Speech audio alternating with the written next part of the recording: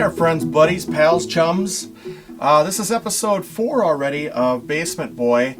Ironically, I haven't even put any of them out yet, but I'm trying to get a couple so that I can have a bit of a schedule built.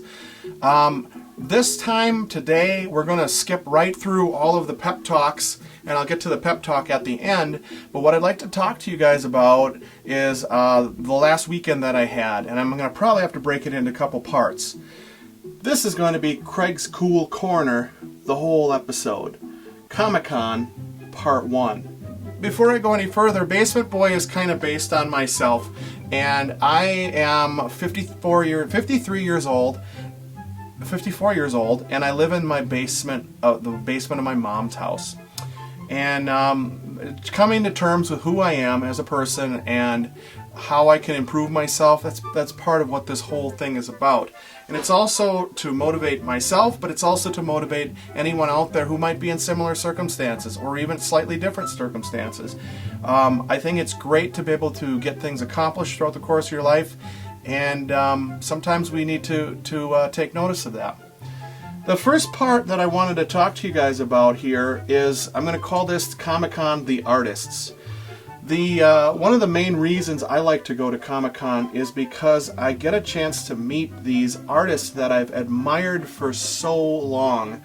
I got a chance to meet Bernie Wrightson the very first time I went to Comic-Con with my buddy Sean years and years back, and a handful of other people. But I also got a chance to meet a whole bunch of other artists that I've just always studied their artwork and always been really involved with the characters and their pacing of their story, and just been always impressed with them. And to give you a very interesting little story is, while I was going through some of these portfolios of these pages from these artists that are just, oh my god, these guys are world-class artists, I got a chance to hold in my hands some Frank Frazetta pages, and I just felt this welling up inside in my chest, and I almost got weepy because of the admiration I have for this gentleman, and just knowing that I'm holding a page that he had in his hand at one time, and he actually worked this, and here it is, and here's the price tag, and it's $27,000, and I'm like, I can't even sneeze in this general direction. Thank you so much. This is beautiful. And there were tons of pages like that I got a chance to flip through, and it was just in awe of that.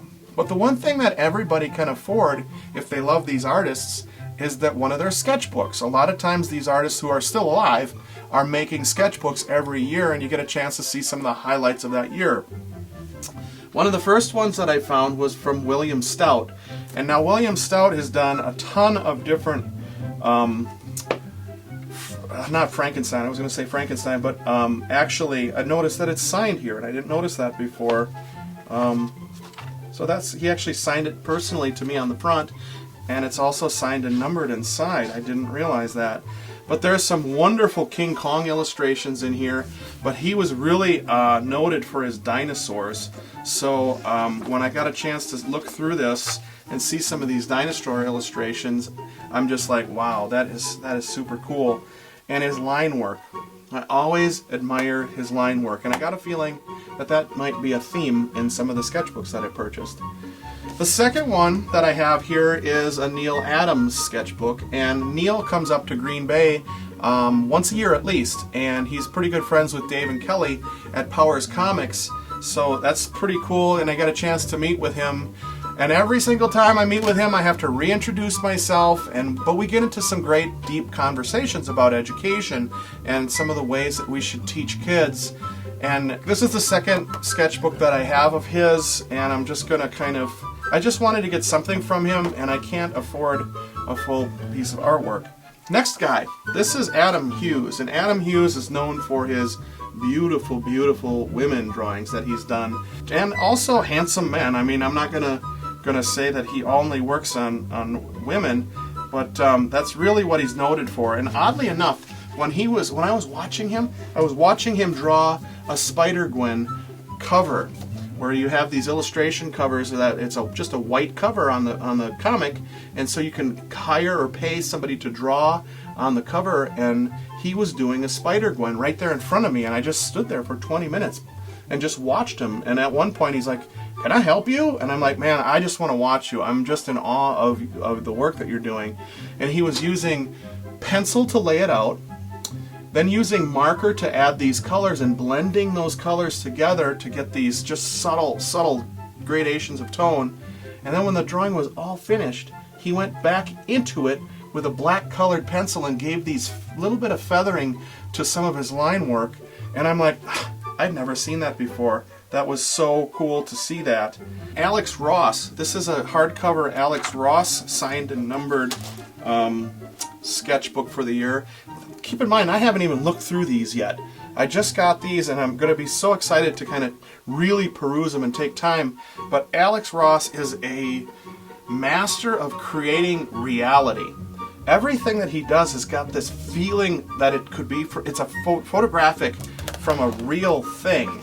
And it has weight, it has shade and tone, the people have expression, he's just so noted for this style that he makes many covers. Covers is what he's noted for, because I got a feeling it takes quite a while for these drawings of his to get done, and they're just very, very much so worth the wait. Another guy that I admire the heck out of is Frank Cho, and this one here is not for the kiddies. This one here is pretty sensual. Here, well, that's got a piney on it, so I'm not going to show you that one. But he does these drawings, and this one here was all done. Some of these were done with using a ballpoint pen and markers. So it was such an unusual way of drawing that, and there's no ink gobs like you'd expect to see when somebody's drawing and highlighting and hash marking with all that line work. And maybe I'll show an example of all these on some different page. I did buy some artwork. The very first things, let me show you, and this is kind of cool. I got these ridiculously cheap in my opinion. Were some early animation drawings.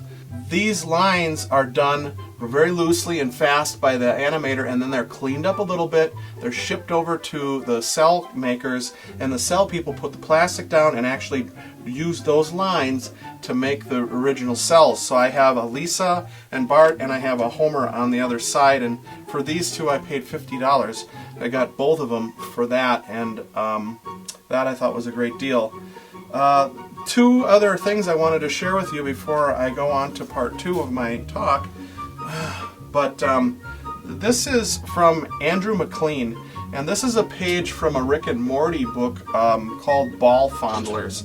And his line work always intrigued me in the comic book Head Lopper, and it's about a huge, gigantic Viking character who's got this witch's head alongside of him. I think her name is Agatha, and they hate each other, but he uses her sometimes to kind of do some magic things that he can't do on his own. But he's just this all-powerful warrior, and I got a chance to meet him there, and it was so cool, and I actually paid about a page. I'm just really happy to have some work from him, and I also bought Apocalyptic Girl from him, which is something that not only did he write it, but he also illustrated it as well. Last thing, and then I'm going to let you guys go, is I bought this book, collectible art book from Bill Sinkovitz. And Bill Sinkovitz is this artist of artists. He's just such a creative genius when it comes to doing any type of illustration, and his work is always sought out. Everything that he touches becomes almost golden. But this is a translation of this is a novel. This is the book The Island of Dr. Moreau, and he's got several illustrations inside that kind of makes it an interesting read, and it reminds me of Bernie Wrightson's Frankenstein from many years back, where it's the Frankenstein text with Bernie Wrightson's drawings inside, and they're just phenomenal. Although Frankenstein was horrible for me to get through. I still have yet to read that book. This might be my chance to read The Island of Dr. Moreau now that I have this book. And so those are some of the artistic treasures that I found while I was out at ComicCon. But one of the things that happens to me and a lot of my other friends too as we get older, we input all this resource. We input and we watch and we see all this work that people do, and we admire the heck out of it. And it can do two things. It can inspire us, but then it also, that's a positive, but it also can knock us down. And we oftentimes can compare ourselves to what their work looks like. And that can be demoralizing. And that doesn't help you at all. And the thing that you have to remember is that the things that you can create and the way that you create it is something that only you can do.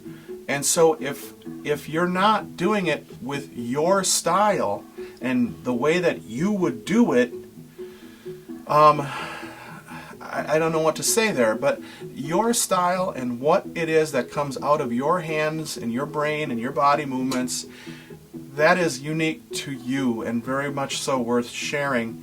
And if you're not happy with where your skill level is, work on it. Continue to work on it. Continue to get better and see what you can do. So this is Craig Knitt, Basement Boy, saying thank you guys again for listening. If you have any questions or comments, get a hold of me somehow. And I think I have some carrier pigeons that are sent out every once in a while. Stupid. But I'm going to be interested to see how these podcasts are received. This is ComicCon Part 1. And I'm going to leave it at that. The artists. Be an artist yourself. Fake drawing, fake drawing, fake drawing, fake drawing.